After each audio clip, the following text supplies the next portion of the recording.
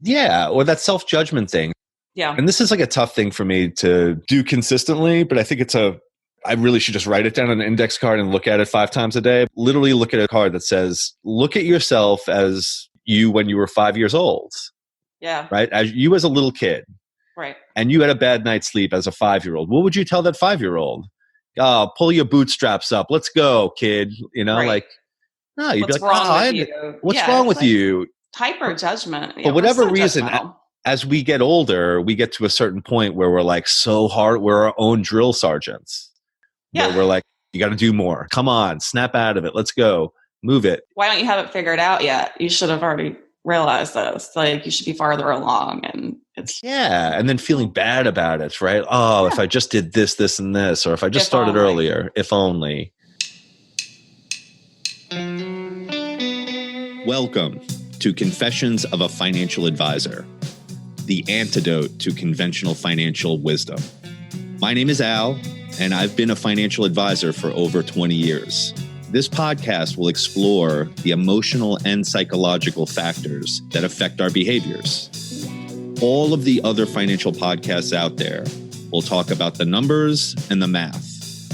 We will confront the stories that we all fuse with that ultimately set the course for our lives.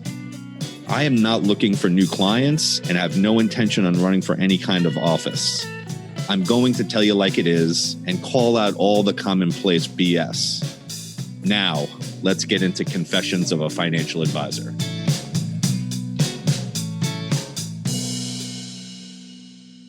All right, we are on episode 15, and this one is a post called Western-Eastern Dichotomy. I'm here with Diane once again. Hi, Diane. Hey, Al. Happy that you're here. Happy that we're talking about a fun subject. A lighter topic than some of the more recent ones. Yeah, lighter topic and one that we're both interested in and fascinated by. Yeah. Yeah. And we were just talking before the podcast how I came to it like earlier in life. I had a college course in philosophy that kind of opened my eyes to a lot of the stuff. And you didn't come to it more until you're like your 30s. 30s, yeah. But it's funny. We both had similar backgrounds with the Christianity, with the Catholicism. Being brought up. We're both recovering Catholics. Yeah. And going through college and having that course opened my eyes to a whole different way of, oh, this is another way that we can think about this. Right. There's an alternate pathway. So I'm not inherently flawed. I'm actually, I was born perfect, and that the world and my perceptions of the world, all my interpretations of situations have kind of clouded that. Mm-hmm. And now it's literally just a process of seeing through those clouds and realizing that you're okay. Everything's good. It's just, you don't have to prove anything or find your worthiness outside. Yeah. And to define, so Western philosophy, we both kind of agree on that is more of a mentality of achievements, progress, but on the success, outward success. But then they don't talk about the flip side. So those are all the positives, right? Because that's the kind of like the Nike, just do it kind of mentality. Just do it, aggressive, get things done. Mm-hmm. But they don't talk about that Judeo-Christian mesh that they have with that, which is inherently flawed, need to prove yourself, need to repent. Right, you're unworthy. Yeah, unworthy. And there's just something, like we were saying, original sin. There's something inherently wrong with you. Flawed, right? Flawed. And then so I came from that viewpoint. I didn't really mold with that when I was a kid, but that was the only kind of ideology that I could base anything off of. That's all I knew at that point. And then taking that philosophy course, I learned more about the Eastern philosophy, where they tell you, like, it's more of like this idea that, listen, you're perfect as you are. We're all born perfect. There's nothing wrong with anybody. Right. You can't fail at being you. You're just like, you can't screw it up. Like, you're who you're supposed to be. Yeah. And your problems are just perceptions and they're just interpretations based on your experiences. Yeah. And so there's no need to achieve. And there's just the culture of Eastern philosophy for the most part. I mean, this is a broad generalization. It's a culture of self-acceptance. Mm-hmm. Radical self-acceptance. Radical self-acceptance, which is so contrary to, again, Western philosophy.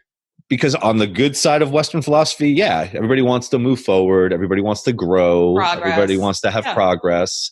But what comes along with that is also judgments. Because now how do you even know you're progressing unless you're comparing yourself? You're comparing yourself. External metrics. Yes. And then what if you're not progressing? Then how do you feel about yourself? Now you're not a worthy person anymore. That's the slippery slope for me. So the dark side of, the just do it dark side. I always think of the commercial. Oh, I love that. Yeah, the Nike just do it. And I think about like making a commercial like where like guy's alarm clock goes off and he just like hits the snooze button nonstop and never actually goes for the run. Yeah. Like, so is that guy just bad? Like that's so frowned upon in our society. To like the lazy, like be still. Yeah. You got to get up 5 o'clock in the morning and run and progress and eat a clean diet and do everything right. And if you're not doing that, then you're failing. You're a failure. It's a character flaw. It's literally a character flaw. Mm-hmm. So Eastern philosophy always seemed like, again, self-acceptance, man. And then what a crazy concept because it's such a difficult thing to do from moment to moment. Because it's so different from what we are culturally indoctrinated to believe, at least in the United States in particular. Yeah. And I wanted you to use your fancy word that you brought up before. It was, it kind of like describes the roller coaster from day to day. That is life. So the word is vicissitudes. I just collect words as I go out in conversation. That one came up recently and I'm like, I really like that.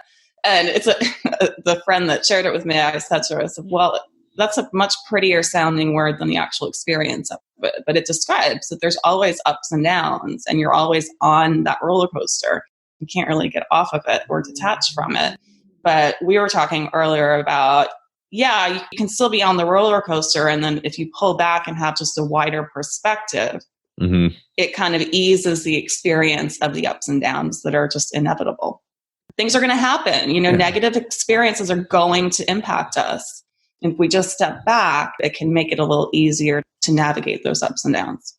And knowing ahead of time that those ups and downs just are ongoing. They're just part of life. Like grief happens, trauma happens, death happens. None of us get through life without navigating those experiences. That having a more general, broader perspective can make it a little bit, I don't want to say easy, a little less challenging. Well, there you can have some self-acceptance because you're already out in front of it. You know ahead of time that, now I'm in a down patch.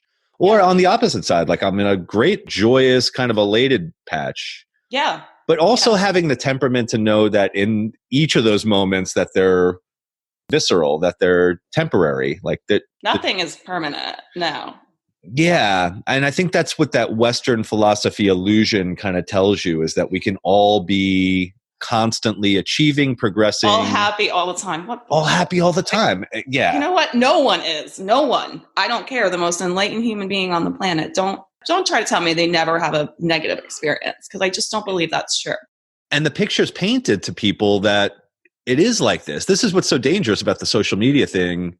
We won't go down this rabbit hole, but it's not. But just like I just think of Instagram alone, and I just see living the best life ever. Everybody's just highlight reel. And we use that term a lot in this podcast, and because it's so prevalent in our society, the highlight reel. Man, oh man. How do you live up to the highlight reel? You don't. You don't. No. I can't live up to my own highlight reel. Like me either. I look at my pictures. I'm like, man, I look pretty happy there. I look, wow, that's great. I was out to dinner and I'm on vacation. I'm on the beach. Look at me. I'm doing. Yeah. So contrasting that with the Eastern philosophy of just accepting yourself however you are and wherever you are. Yeah. Yeah. You're having a bad day. We all have bad days. Like I could have slept better last night. It is what it is. So. Well, I think it's the next night I was like, or that self-judgment thing. Yeah. And this is like a tough thing for me to do consistently, but I think I really should just write it down on an index card and look at it 5 times a day. Literally look at a card that says, look at yourself as you when you were 5 years old. Yeah. Right? As you as a little kid. Right. And you had a bad night's sleep as a 5-year-old. What would you tell that 5-year-old? oh, pull your bootstraps up. Let's go, kid. You know, Right. like, no, you'd What's be like, wrong oh, with you? what's Yeah, wrong it's with like you? hyper judgment. For Yeah, we're whatever so reason, judgmental. as we get older, we get to a certain point where we're like so hard, we're our own drill sergeants. Where Yeah. we're like, you got to do more. Come on, snap out of it. Let's go. Move it. Why don't you have it figured out yet? You should have already realized this. Like, you should be farther along, and it's And then feeling bad about it, right? Oh, if Yeah. I just did this, this, and this, or if I just If started only. earlier, if only. And then just to reframe that as like, you're always that little kid. We all are. We're always the little kid. It's just Yep. we don't treat ourselves that way. And the whole idea that we treat strangers better than we treat ourselves. Yeah. Strange. And it's not like I try to think of the actual dialogue that I have going on. I can't piece it together, but it's just this almost now it's just turned into a feeling because I've done it for so long. Mm-hmm. It's that sinking feeling of like if I'm not doing enough, or if I'm not checking off the to-do list, or if I'm leaving things, and there's undone. an element of guilt to it that being self-employed, that's a whole other conversation. But I had this perception internally in my mind that if it's Monday through Friday, 9 to 5, I'm supposed to be working. Mm-hmm. And if I'm taking time for myself on those days between those hours, I'm screwing it up and I'm lazy or inefficient. And I really had to confront that story that I was telling myself, because it's like, well, the reality is if I'm working Saturday and Sunday, who's to say I can't take a Wednesday off for personal time? I mean, and guess what?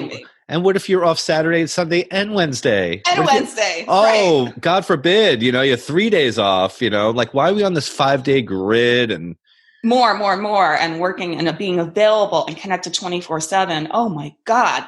Every time I'm without a phone, I'm like, you know what? This is kind of nice. Like no one can get to me. No one can text or call me. Email is non-existent. I just don't have access to it. Yeah. And I think we talked about it in the post that you had the experience of going somewhere in the mountains where you had no other option. There was no cell service. And almost being forced to be present, like not having the addictive technology that we're so accustomed to. Yeah. It was like holding a brick in my hand. It was like, it was worthless. Like I couldn't do anything with it. The paperweight. It's a fancy paperweight. Yeah. Like this is useless now. This is basically a useless thing. Right. And yet in our day-to-day life, it's so hard to practice that. And how many, like if you go out anywhere, I mean, I just love people watching, which New Orleans was so fun, like gold mine city for people watching. Watch people. Everybody's on their damn device. Nobody is like having an actual conversation, or it's rare, with the people they're right in front of. Yeah. And we're all guilty of it to some degree. Yeah. And the things that make us feel good are like the slow interactions with friends, with the connections with people, the connections with nature, like all the things that make me happy. Like I know what they are. Right. I could list them out, and I have listed them out. I'm like, here's the top 20 things that at any moment, if you're like feeling overwhelmed or whatever, just do one of these to pick one. Like read, exercise, get out in nature, take a walk, call a friend, take a walk, take a shower. Yep. But for whatever reason, people like us, well, I'll speak for myself, people like me, I feel very torn between two worlds. One world of that Western progress, to-do list, check it off. If you don't get it done, feel bad about yourself because pay your bills, keep your commitment. Yeah, you're gonna have to do double tomorrow if you didn't do enough. I'm like, it's just never ending. And then that Eastern philosophy of like, you're good. Like you're good as you are. There's no achievement that you need to accomplish that is going to make you a better person or that should affect how you feel about yourself. Right.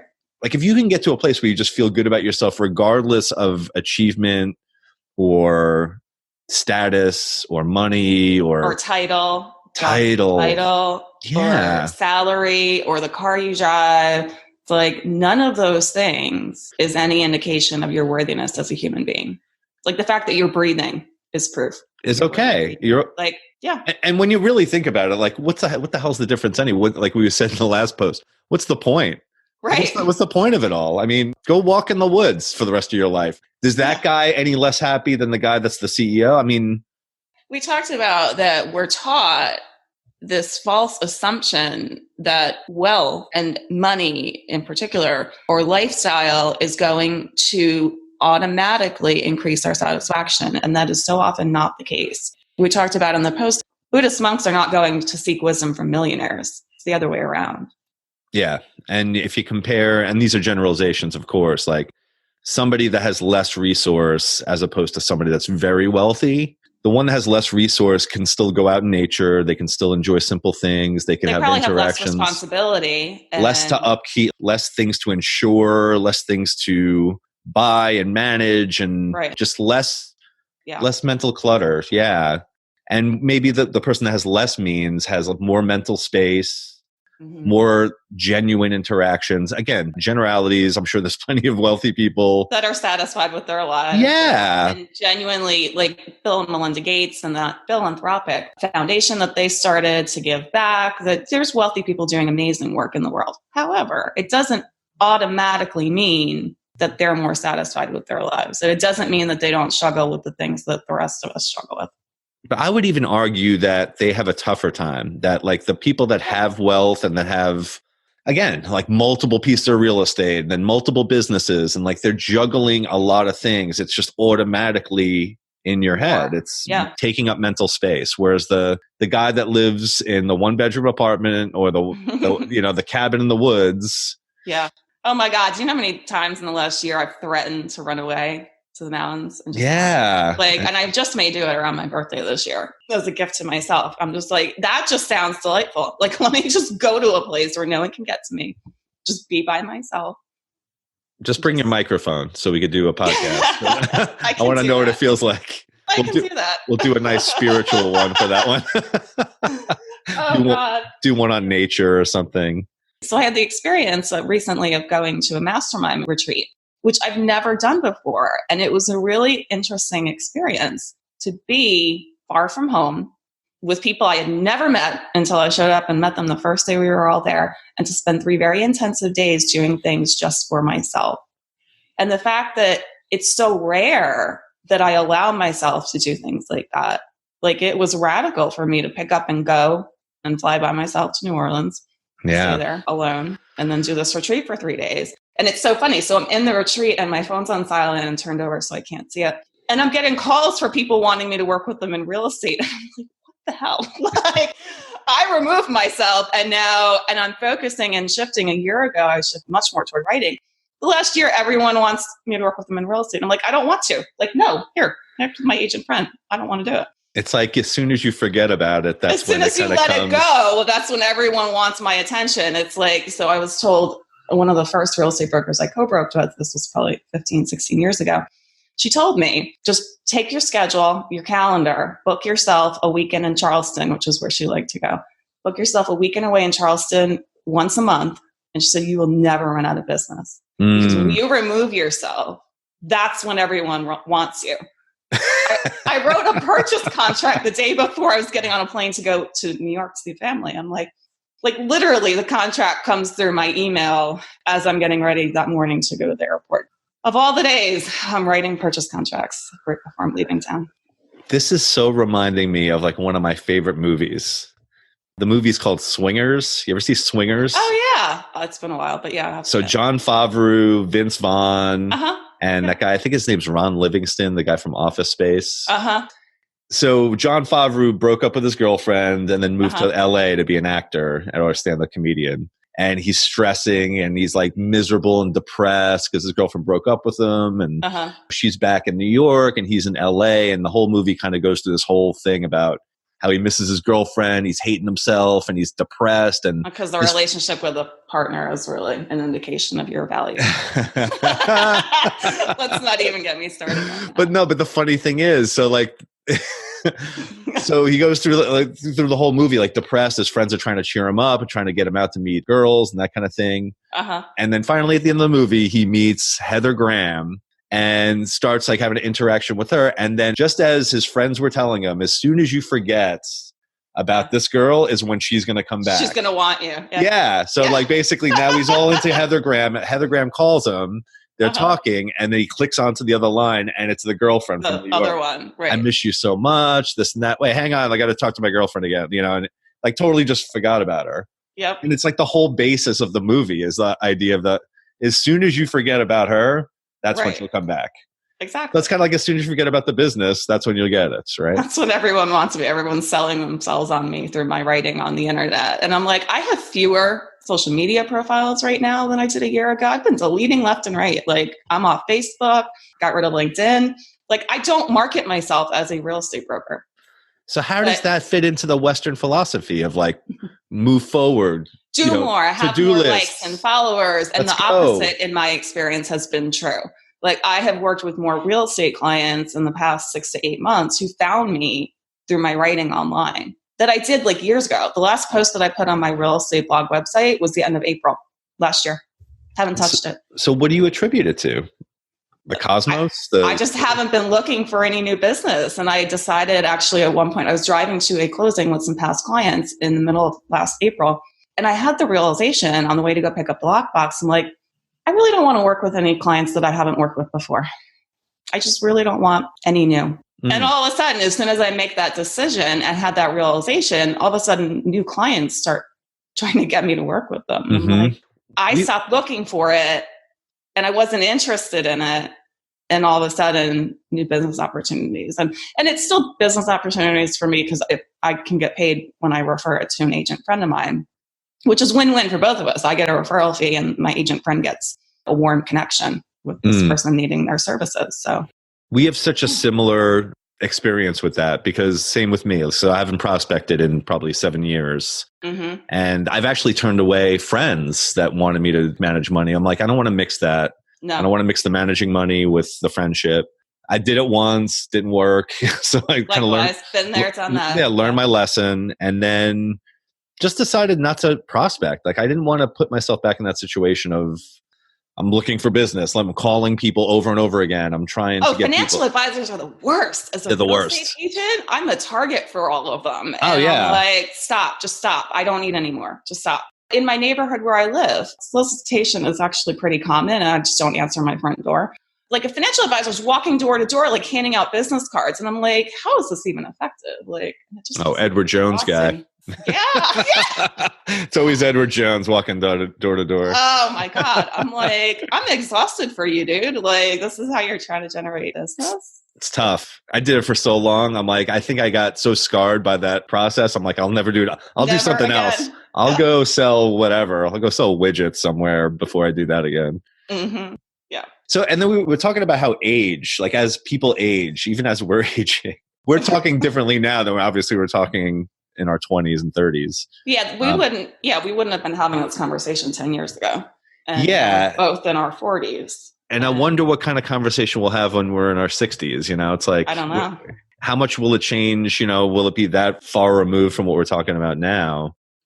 It seems that when people age, their mentality and their just overall view of life starts to lean more toward that Eastern philosophy of self-acceptance.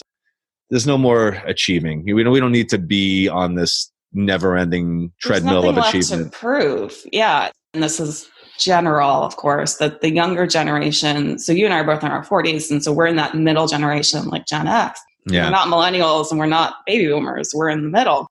And the millennials have a tendency, I mean, they grew up with technology in their hands. So they're hyper connected and they're just always on and jumping from one thing to another, again, generally. Yeah. It's like, that just looks exhausting watching people behave like that. Yeah. You see like older people getting more into gardening and like reading or just leisure activity.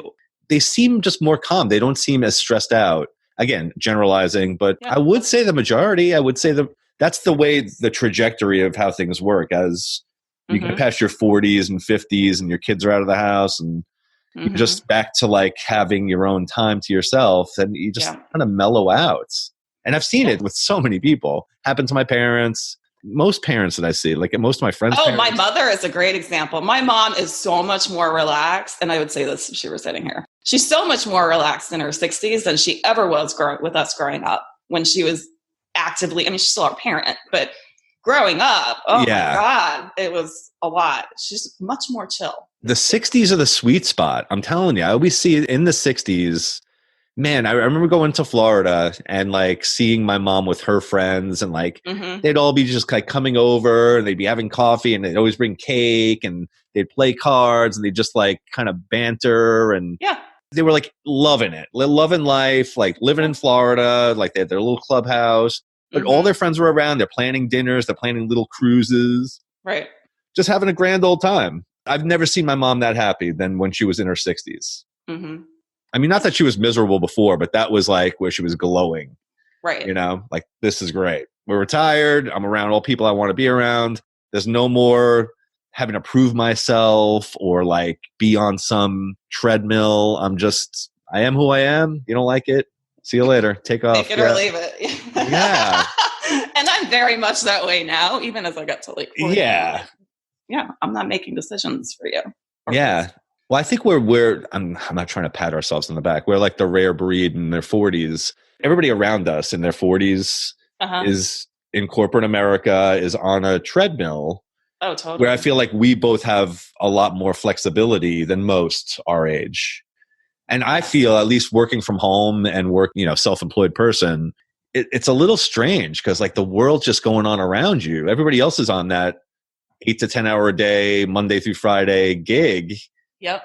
And I could be walking around the middle of the day, just like going on a stroll. And I'm like, oh my God, if I ever end up in a grocery store on a weekend, oh God, shoot me. Like, I'm like, this is why I don't shop on Saturday and Sunday when everybody else is shopping. Like, it's so many people and they don't move and they're just in my way. And I'm like, this is why I don't shop on weekends. Yeah. Trader Joe's is far more peaceful on a Wednesday morning than it is on Saturday afternoon. But like,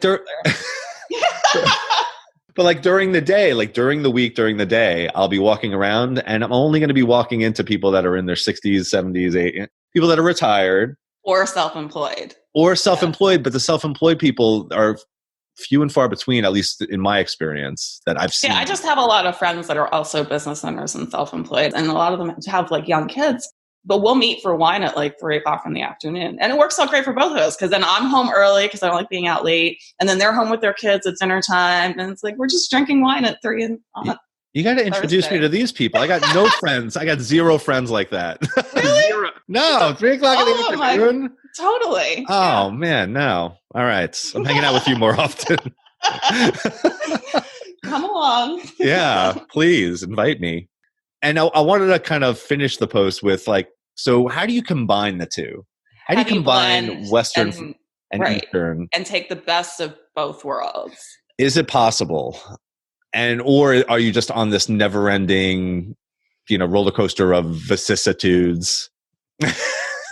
Like, it's always a choice. Is one day going to be Western, then the next day is going to be you're just flip-flopping back and forth, or can you mesh them? Is it possible to integrate aspects of both within daily life? And I believe it absolutely is. So you could have goals. You could want to. Yeah, there's nothing inherently wrong with wanting a nice car. There's nothing wrong with that, with having that desire. Or, having a safe place to live. Like, there's nothing wrong with that. But is there a way to incorporate more of the mindfulness, more of that? It just feels more peaceful way of being from the Eastern traditions. Oh, and is it a slippery slope to be on, when you're always striving and trying to progress and trying to achieve? We were talking about before that it automatically puts you into a comparison mode. Totally. Which we also wrote a post on. And competition. Yeah, where do you stack up? How do you stack up with everyone else? Then comes the self-judgment. Then comes the feeling bad about yourself. If you could be out ahead of that, all right, if that's going to happen, if that's the chain of events that's going to happen, but ahead of time that, I see it. Okay. Yeah. I was striving for this thing. And then I always bring it back to drumming. Drumming is people send me they send me videos. Friends out there, please stop doing this. Do not send me videos of an 8-year-old that can play Rush's Tom Sawyer. Like a child prodigy. Yeah, like literally to play something that would take me 20 years to even fit, just so far ahead. Look at this little kid. He could barely sit on the stool and he could play 10 times better than you. I'm like, thank you. Thank you. That feels great. You may need to retire some friends. Come on, there's a whole new. I try to do the Buddhist thing where thank you, you're my teacher. Like they're teaching me not to compare, right? Right. Yeah, I think it is possible. I think it's possible if you have your checklists, you have your to-do list, you have your goals, you have your benchmarks of where you're moving toward, but then catching yourself all along the way when you're getting too far down that road of comparison. And that awareness is critical. And just valuing yourself based on that. That's where I think when those two things come together, when your self-worth and self-value are predicated on what you're accomplishing, then that's not a good road. Very dangerous. Yeah. Or a relationship or a business or another person, anything external. It could be anything. Like you said, a relationship is total. I mean, not everyone should be in a relationship. Not everyone should buy a house. Holy crap. And I'll speak to a lot of people in Charlotte. Some people shouldn't own a car. So a lot of people should not own a car. Yeah. Yes. They should definitely increase the standards of what it takes to have a driver's license. Not everyone should have children. I mean, not everyone's cut out to be a parent. But you think that mold applies to everyone because that's what everybody's telling you. Because that's what our culture would have us believe. Why aren't you? What's wrong with you? You're not married, Diane. You're not married. You're 40. Yeah. You don't want to have kids. Oh my. Shocking to people. It's like, that's right. I have a complicated enough relationship with sleep. No, I do not want to be a parent. No. But it's that idea of also, I think, like, you always want what you don't have, maybe partially. Like, so for instance, I have one daughter. Well, I have a stepdaughter, but so the one biological daughter, and she always says that she wants siblings. Like, I'm like, you do? You have a stepsister? No, I want like real siblings, like basically meaning. I'm like, yeah, I had two sisters. I'm like, a lot of times I wanted to be an only child. Oh my God, I'm the oldest of 4. I would have loved to have been an only child.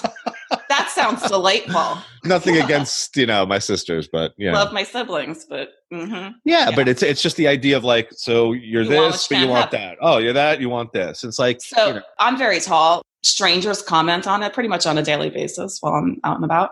I had a very petite librarian once look at me and say, "Can I have your height?" And I remember looking at her and I said, "Are you sure you really would want it?" Because, and she's, well, that's true. You probably want what you can't have. But it's like, well, I don't ever want to be short, really. But, my height is what it is. I can't change it. How tall are you, Diane? 5'10"-ish. And then some guy yesterday is standing behind me in line and he looks at me, he's like, he comments, he's like, "You're very tall for a woman." And then he goes, "Wow, I can't even imagine you in heels," because I was in sneakers at the time. I'm like, oh, yeah, no, easily 6'1", 6'2". Yeah. So. You are a tall drink of water. It's